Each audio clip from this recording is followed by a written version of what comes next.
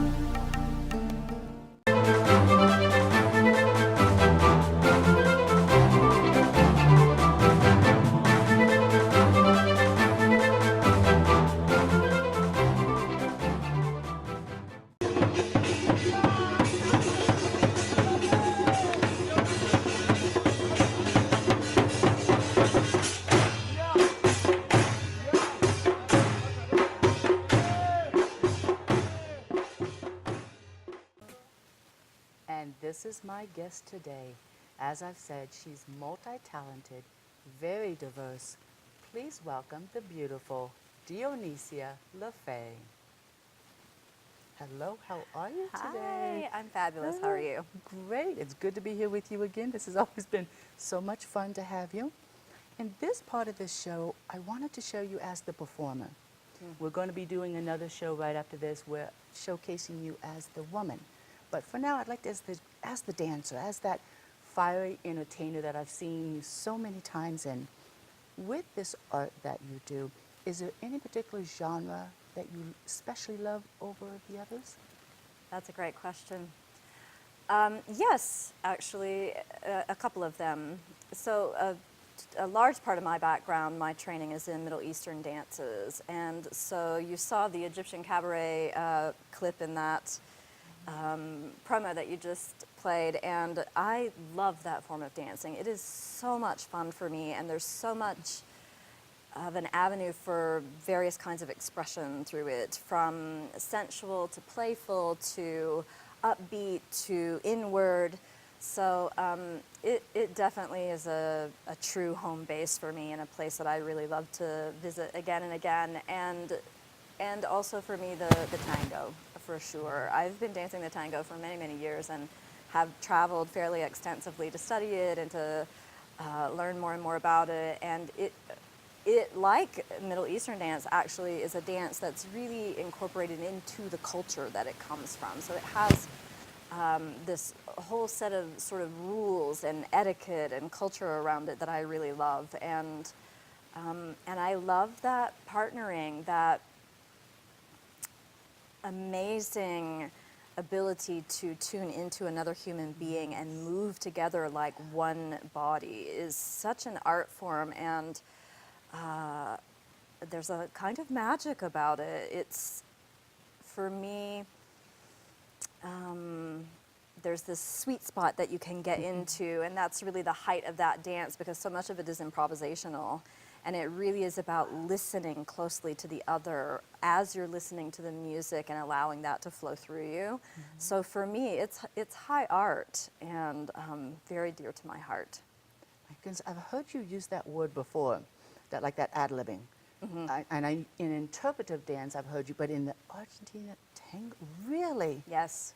I never knew that. That's, wow, that's being in tuned. That would be so difficult to create something from that. I mean, who chooses, well, I know the man leads, but who chooses the creation of what you're gonna, how you're gonna move?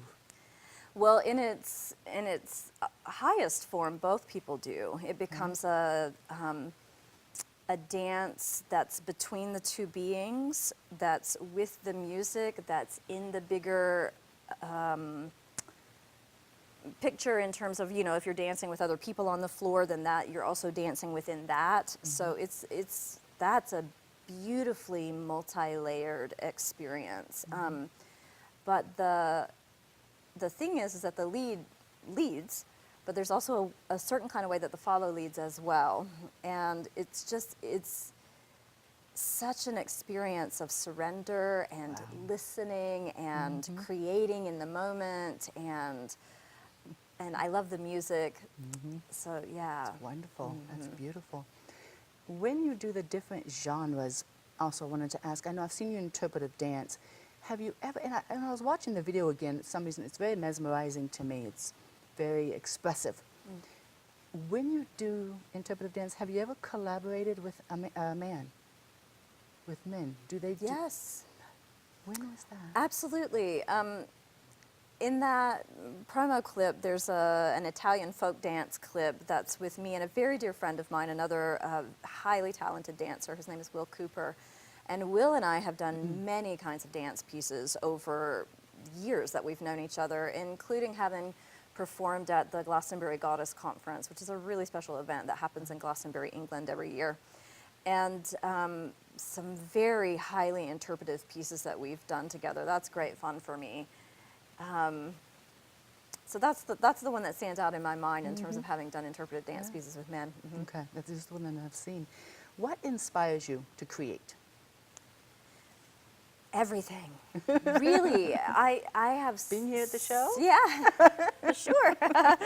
So much ongoing inspiration that flows through me, and it's been that way all my life, for as long as I can remember. And sometimes it's a life experience or a conversation I have with somebody. Often it's pieces of music. I hear pieces of music and I want to move to them, and out of that I'll take them and create something with them. Things that are going on for me internally in my life, ways that I'm growing or exploring, or even going through difficult things, emotionally difficult things, those can be inspiring for me as well, to create pieces of art out of that. It's kind of like a songwriter. They feel a certain emotion or express something in their life, or something happens, and they want to write it down. So you need to, or you want to dance it. Yes. Okay, so it's kind of a similar thing. Exactly like that. Yeah. Yeah. Coming here in the near future, what are you creating?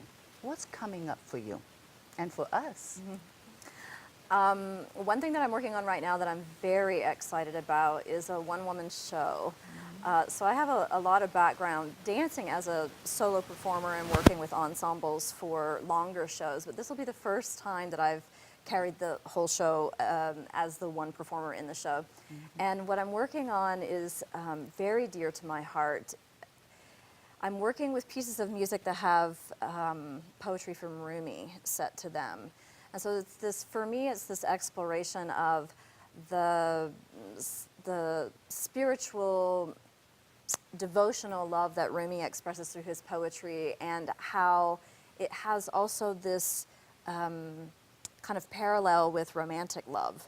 Okay. A lot of how the words that he chooses and the expression of it, and for me, how I experience that in my own life as romantic love being sort of a microcosm of the great macrocosm of a devotional love. And so this show is about that and using the pieces of poetry to make an arc that carries us from how that can begin and what it can move through to finally this culminating piece that's about really being expressed towards the divine. My goodness, that sounds powerful. Is that coming up soon? Yes, it's in production right now, and my intention is to have it on the stage by fall of this year. Okay, I'm going to put it on my calendar. I love it. Do you have things in your life, not things, but children, family, that help you create? Are there dynamics that happen in your family that you want to dance to or that you create from that? Absolutely. I have a daughter who's 17. She'll graduate from high school this year. And in the past, like when she was much younger, we did dance performances together. And she's not really in that space with me so much anymore, but she's still very supportive of my art and has a lot of feedback, particularly around looks and fashion and costumes and pieces. She really likes to get in on that level with me. And she comes to everything that I do and gives me loads of feedback. She's really sweet that way. And I have done several performance pieces that are about mothering and what my journey as a mother has been and what it is for me to sort of see a child along through life as she becomes a young woman now. And it's a beautiful time for that as far as the energetics win, that feminine power. Yes. As a dancer, what would be your strengths? What is the strongest thing you can dance? That's a really great question. One of my great strengths as a dancer, and always has been all my life, is that I learn quickly. I learn very quickly as a dancer. I pick up choreography really quickly. I pick up steps. My mind can work with patterns very easily, so I can see how the pattern evolves and develops, and I pick those up really, really quickly, which is a really great skill set to have for something like Argentine tango. Definitely. That works a lot in patterns and steps and then being able to improvise within the patterns. So that's really one of my greatest strengths, and I would say running sort of neck and neck with that is rhythm. I'm a very rhythmic person, I always have been. I pick up rhythms really easily, and I have timing. Rhythm in your soul. That's right. All right. Now the opposite. What was a weakness that you have in dance? Yeah. I think probably for me, the biggest thing I can say that way is that early on in my life, I had this idea that there's a certain kind of body type that is a dancer. And for a long time, I let that hold me back because my roots are in ballet. Okay. But I do not have a ballet body. Oh, Although I think that's even changing in the world of ballet now. More and more dancers are embracing their body as is and dancing ballet out of the love for it. But when I was learning and growing, I kind of took on this idea that I'm not shaped like a dancer. And then I met belly dance and Middle Eastern dances, and I got in touch with the fact that there are all sorts of other dance forms that embrace my body type, and in fact, my body type is really ideal for those forms of dance. So. Not so much a drawback anymore as it once was in my life, but yeah. I had the chance to see a documentary. It was really interesting. It was a an African American woman. Her daughter and her sister and her both danced on stage professionally, but she was absent legs and arms. And as a young child, she had a disease, so they had to amputate. Otherwise, she had progressed to being where she would be dying. As she got older, her limbs, of course, started to grow, and so they would have to amputate again to keep her at a set mark of growth so that it wouldn't affect her life. It was interesting to watch this documentary because you mentioned it's changing her body, but she is phenomenal. And I don't remember the young lady's name. I wish I could. She's powerful. She's raging. She's just has a beauty to her, and she's gotten very popular. You know what I love about that story is something that I can really relate to, is that when when a spirit wants to dance, it will dance, Yes. and it will dance through whatever body it's in. And that's always been my experience, that there's nothing, whether it's, you know, that my shoulder is injured, or my knees don't really want to do that right now, or, you know, the balls of my feet from dancing on heels, whatever it is. And surely that's nowhere near as extreme as what you've just described. But what I hear in that is that her spirit, her being needed to dance. And she found the way to keep doing that despite whatever limitations might show up. And I can actually really relate to that. The gentleman, the director that did put her on stage, said that when he saw her, the reason he supported her is when she danced, her limbs extended. The energy, he saw the rays come out of these limits, Yes. and he could see the extension of her. It was amazing. But yeah, he supported her. That's great. I can relate to that too. I've had people tell me coming off of stage, wow, you're just a little thing. You look so much bigger on stage. Oh, that's awesome. Yeah, I think there's good. something to that. I think Yes. our beingness does expand Yeah. and get bigger around us, and it looks as if, you know, our bodies are Yeah. extensions of that as well. And an energy. And now, how long have you danced? I began dance classes when I was 6. Okay. In the history of your dance, is there any genre that you have not tried that you want to, or you want to experience? A couple. I've never danced flamenco. And I think I would be really great at it because it's rhythmic. And because I have some other forms of dance in my background that have some similar styling, I think I would pick it up. And I love to watch it. It's very fiery and passionate. Yeah. And I love that about it. And there is another form of dance that's sort of getting big in the Latin dance community. I dance salsa and bachata. Woo, and that hot and merengue. fire. Yeah, it's great fun. I love it. So much fun. Yeah. And there's a dance form that's gaining popularity in that community called kizomba. What is that? It's a partner dance that's sort of like a fusion of salsa and bachata and tango, and it's beautifully sensual and hypnotic to watch. Wow. Well, in talking about dancing, would you be willing to do dance for Oh, us? yes, Would you please. show us your art? Okay. Would love to. Oh, wonderful. Thank you. Well, I hope you stay with us. We're going to let Deonesea show us the art of dance.